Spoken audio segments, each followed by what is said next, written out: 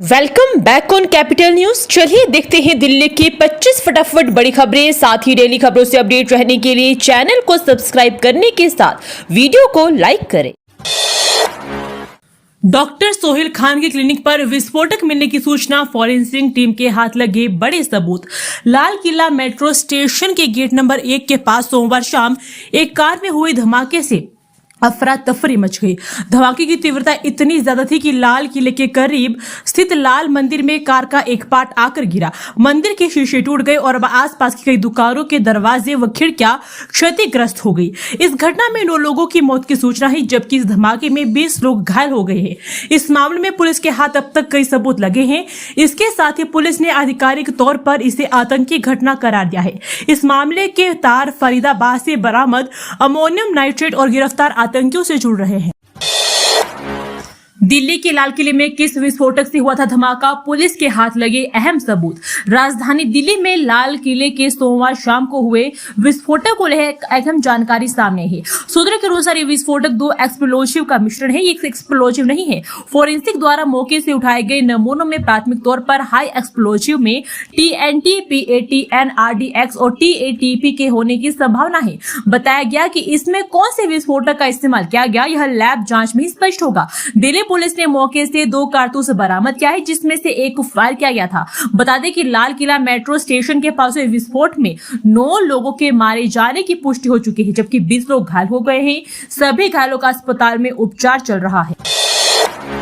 100 metre दूर तक बिखरे लाशों के चिथड़े, हर तरफ दहशत का मंजर, दर्दनाक है दिल्ली ब्लास्ट की तस्वीरें। दिल्ली ब्लास्ट दिन सोमवार और तारीख 10 नवंबर 2025 को शाम को राजधानी दिल्ली एक बार फिर से दहल उठी। लाल किला मेट्रो स्टेशन के पास खड़ी I-20 कार में विस्फोट हो गया। धमाका इतना तेज था कि कई किलोमीटर तक के लोग आवाज सुनकर दहल उठे। बता दें कि लाल किला के आवास पास लोग शाम को रोजाना की तरह बाजार और मेट्रो स्टेशन के आसपास जा रहे थे, लेकिन किसी को अंदाजा नहीं था कि यहां धमाका हो जाएगा। सोमवार को शाम ढलने के बाद जैसे ही घड़ी में 6:52 हुए तो लाल किला मेट्रो स्टेशन के पास तेज धमाका हो गया और धमाका होने के बाद लोग कुछ नहीं समझ पाए और वहां पर भगदड़ जैसी स्थिति हो गई। धमाके की सूचना मिलते ही दिल्ली पुलिस के हाथ पांव फूल गए। इसके बाद घटनास्थल पर पुलिस अधिकारी पहुंचे और मामले की जांच शुरू कर दी।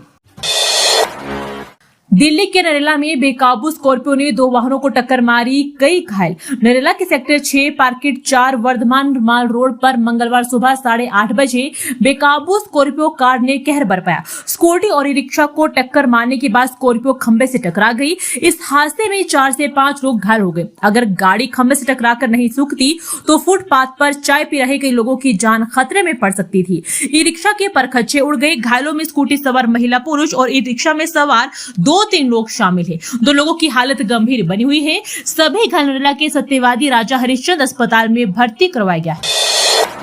दिल्ली ब्लास्ट के बाद लाल किला मेट्रो स्टेशन और बाजार बंद, चप्पे चप्पे पर पुलिस की पैनी नजर। दिल्ली में सोमवार शाम को लाल किले के पास हुए आतंकी हमले के बाद सुरक्षा के लिहाज से लाल किला मेट्रो स्टेशन बंद कर दिया गया है।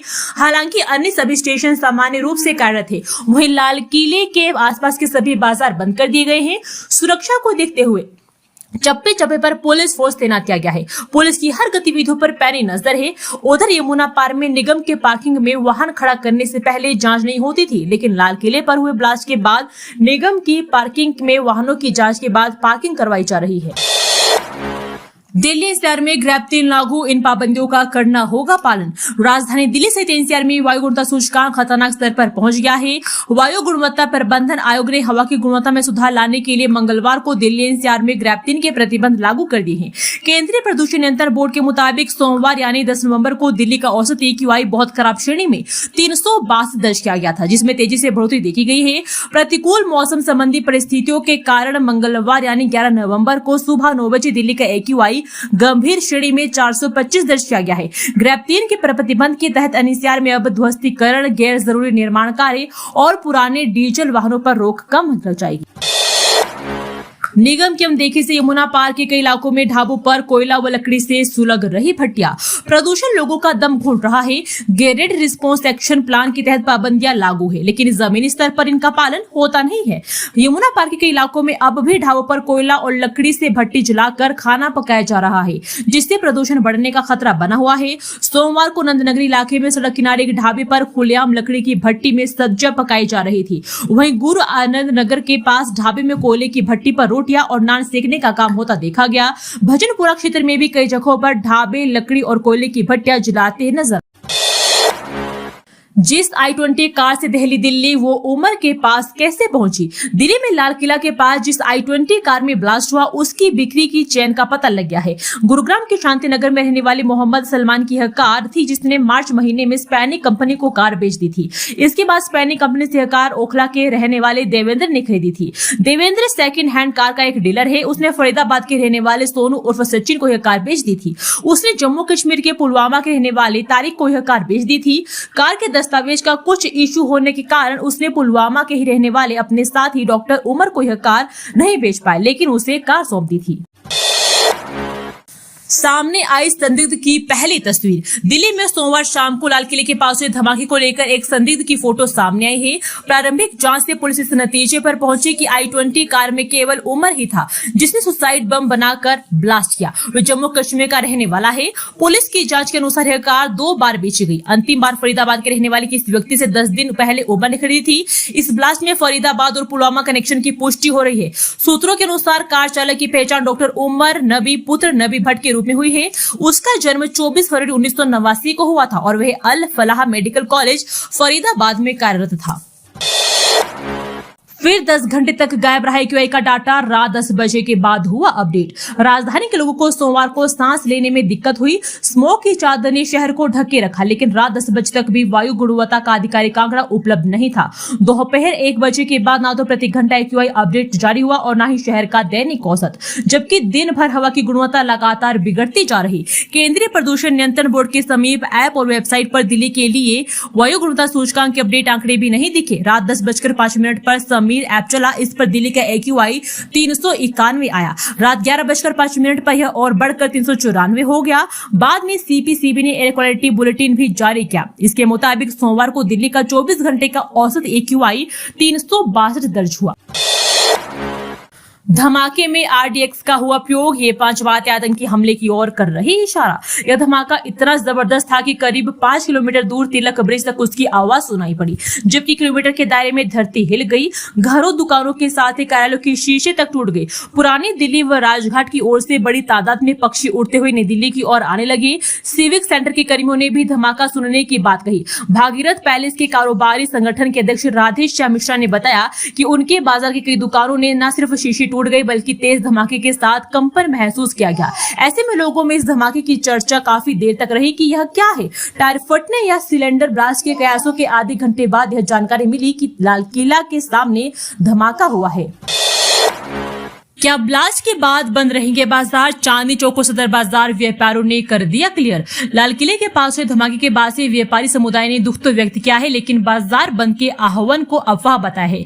व्यापारिक संगठनों का कहना है कि बाजार फिलहाल खुले रहेंगे।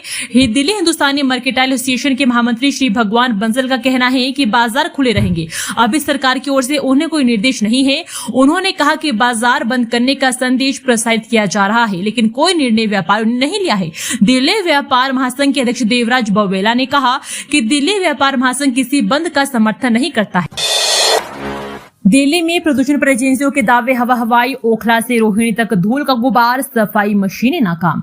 राजधानी दिल्ली में वायु गुणवत्ता जहां एक और गंभीर होती जा रही है, वहीं वायु प्रदूषण से निपटने की एजेंसियों के दावे हवा हवाई साबित हो रहे हैं। हालात यह है कि सड़कें, फुटपाथ और सेंट्रल वर्ज धूल से अटे पड़े हैं। सवाल यह है कि जब इसी तरह लापरवाही बढ़ती जाएगी तो प्रदूषण से कैसे निपटा जाएगा? स्थिति दिल्ली की किसी एक इलाके की नहीं, बल्कि मध्य दिल्ली, पूर्वी, उत्तरी, बाहरी, पश्चिमी और दक्षिणी दिल्ली के कई इलाकों की है, जहां एजेंसियां वायु प्रदूषण से निपटने के दावे तो कर रही है, लेकिन जमीनी हालात बेहद खराब है। घास या पौधों की हरी पट्टियों वाला सेंट्रल वर्ज, गड्ढा मुक्त सड़कें और साफ सुथरे फुटपाथ वायु प्रदूषण को कम कर सकते हैं।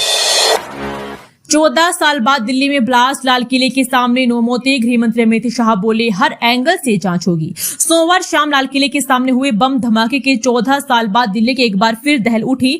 लाल बत्ती पर एक i20 कार में सबसे पहले जोरदार धमाका हुआ। कार में विस्फोट हुआ, आग की लपटें उठी और कई मीटर हवा में उछलकर नीचे गिर गई।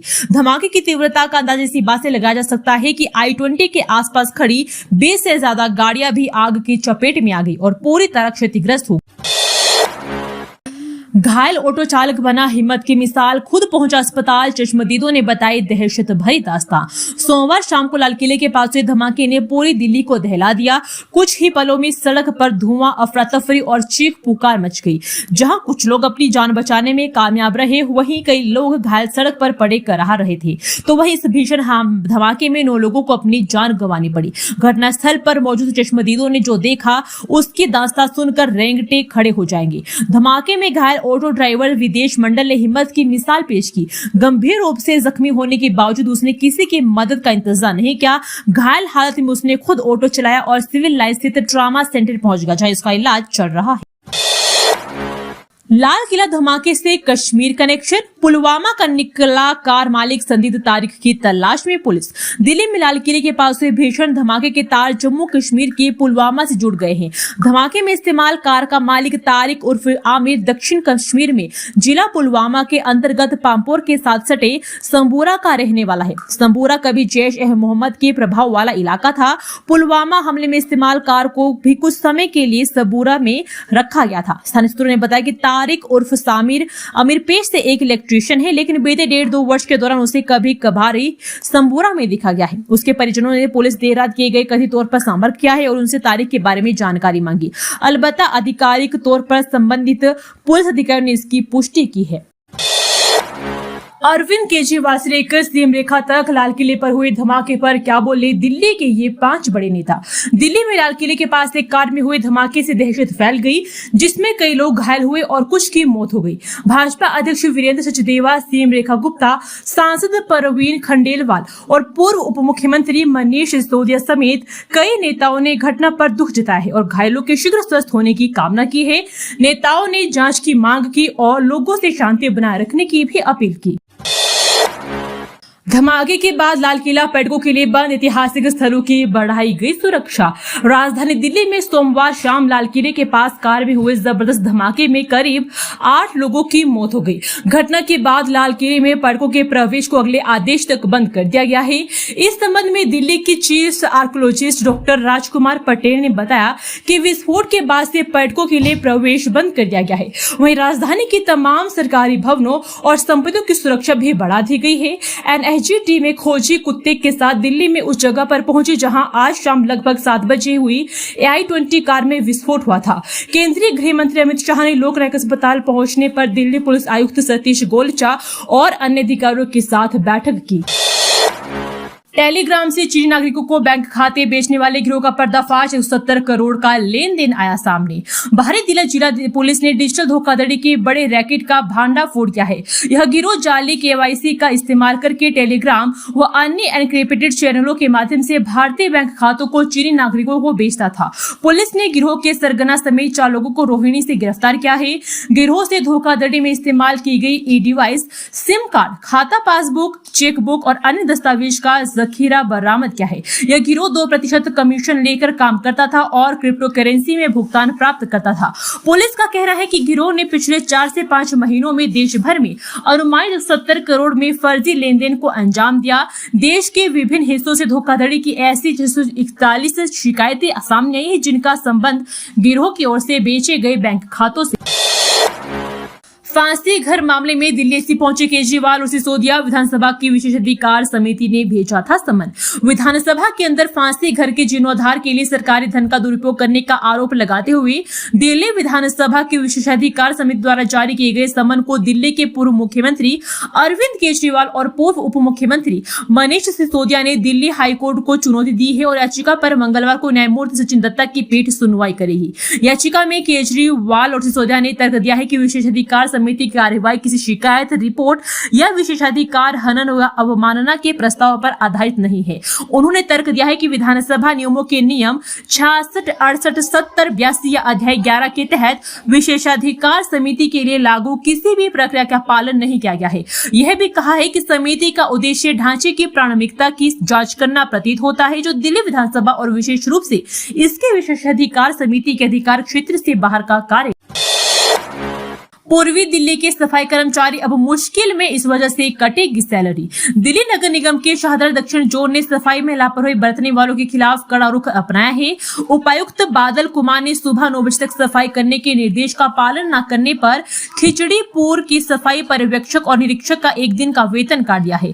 उपायुक्त ने यह कार्रवाई खिचड़ीपुर में निरीक्षण के दौरान गंदगी मिलने पर की। उन्होंने चेतावनी दी कि लापरवाही बरतने वाले कर्मचारियों के खिलाफ आगे भी कार्रवाई की जाएगी। उपायुक्त बादल कुमार ने सफाई पर्यवेक्षकों और निरीक्षकों को प्रत्येक वार्ड में सुबह 9 बजे तक सफाई सुनिश्चित करने के भी निर्देश दिए थे। इसके बावजूद गंदगी की शिकायतें मिलती रही और सोमवार को उन्होंने नियमों के पालन का आकलन करने के लिए औचक निरीक्षण किया। खिचड़ीपुर स्थित मदर डेयरी बूथ पर पहुंचने पर उन्हें वहां कूड़ा बिखरा मिला। दिल्ली में महसूस की गई मौसम की पहली शीतलहर, ठंड को लेकर आईएमडी ने दिया बड़ा अपडेट। दिल्ली में सोमवार को इस मौसम की पहली शीतलहर दर्ज की गई। आया नगर स्टेशन पर तापमान गिरकर 9.9 डिग्री सेल्सियस पर पहुंच गया। मौसम विभाग ने अनुमान लगाया है कि अगले कुछ दिनों तक शहर के कुछ हिस्सों में शीतलहर की स्थिति बनी रहेगी। मौसम विभाग के आंकड़ों के अनुसार शहर के कई मौसम केंद्रों में से एक आया नगर में न्यूनतम तापमान 9.9 डिग्री सेल्सियस दर्ज किया गया, जो सामान्य से 5.6 डिग्री कम है। मौसम विभाग शीतलहर को उस अवधि के रूप में परिभाषित करता है जब न्यूनतम तापमान सामान्य से काफी नीचे चला जाता है। मैदानी इलाकों के लिए इसका मतलब है न्यूनतम तापमान 10 डिग्री सेल्सियस या उससे कम। साथ ही लगातार 2 दिनों तक सामान्य से 4.5 से 6। दिल्ली के पर्यटन मंत्री कपिल मिश्रा को कोर्ट से राहत, 2020 के दंगों में उनकी भूमिका की जांच का आदेश रद्द। राउस एवेन्यू स्थित विशेष न्यायाधीश दिग्विजय सिंह ने मजिस्ट्रेट अदालत के उस आदेश को रद्द कर दिया जिसमें दिल्ली पुलिस को वर्ष 2020 के दंगों में भाजपा नेता और वर्तमान में दिल्ली के कला, संस्कृति और पर्यटन मंत्री कपिल मिश्रा की भूमिका की जाँच करने का निर्देश दिया गया था। कोर्ट ने माना कि मजिस्ट्रेट ने अपने अधिकार क्षेत्र से बाहर जाकर नई जाँच का आदेश दिया था। विशेष न्यायाधीश ने मजिस्ट्रेट कोर्ट का निर्देश निरस्त करते हुए कहा कि इस सत्र पर पुलिस को नई जांच का आदेश देना मजिस्ट्रेट की सीमाओं से परे है। कोर्ट ने कहा कि मामला अब मूल रिकॉर्ड के साथ आगे बढ़ेगा। इस आदेश को कपिल मिश्रा और दिल्ली पुलिस दोनों ने चुनौती दी। अगले 45 दिन तक बंद रहेगी न्यू रोहतक रोड। पंजाब बाग और पश्चिम दिल्ली जाने वालों के लिए एडवाइजरी जारी। न्यू रोहतक रोड पर अगले 1.5 महीने तक लोगों को भारी ट्रैफिक से जूझना पड़ सकता है। दिल्ली जल बोर्ड की ओर से शुरू किए गए ड्रेनेज मेंटेनेंस और अपग्रेडेशन का काम आनंद पर्वत इलाके में कमल टी पॉइंट से लेकर जाखिरा फ्लाईओवर तक पंजाबी बाग की दिशा में चल रहा है। इस काम की वजह से सड़क की 2 लेनें प्रभावित रहेगी और वाहनों की आवाजाही में लगातार दिक्कत बन रहेगी। यह काम 9 नवंबर शुरू होकर करीब 45 दिनों तक हर रोज सुबह 11 से रात 9 बजे तक चलेगा। अब गोद लिए जाएंगे दिल्ली के 94 फ्लाईओवर। पब्लिक प्राइवेट पार्टनरशिप से जनता को सुविधाएं देने की कवायद।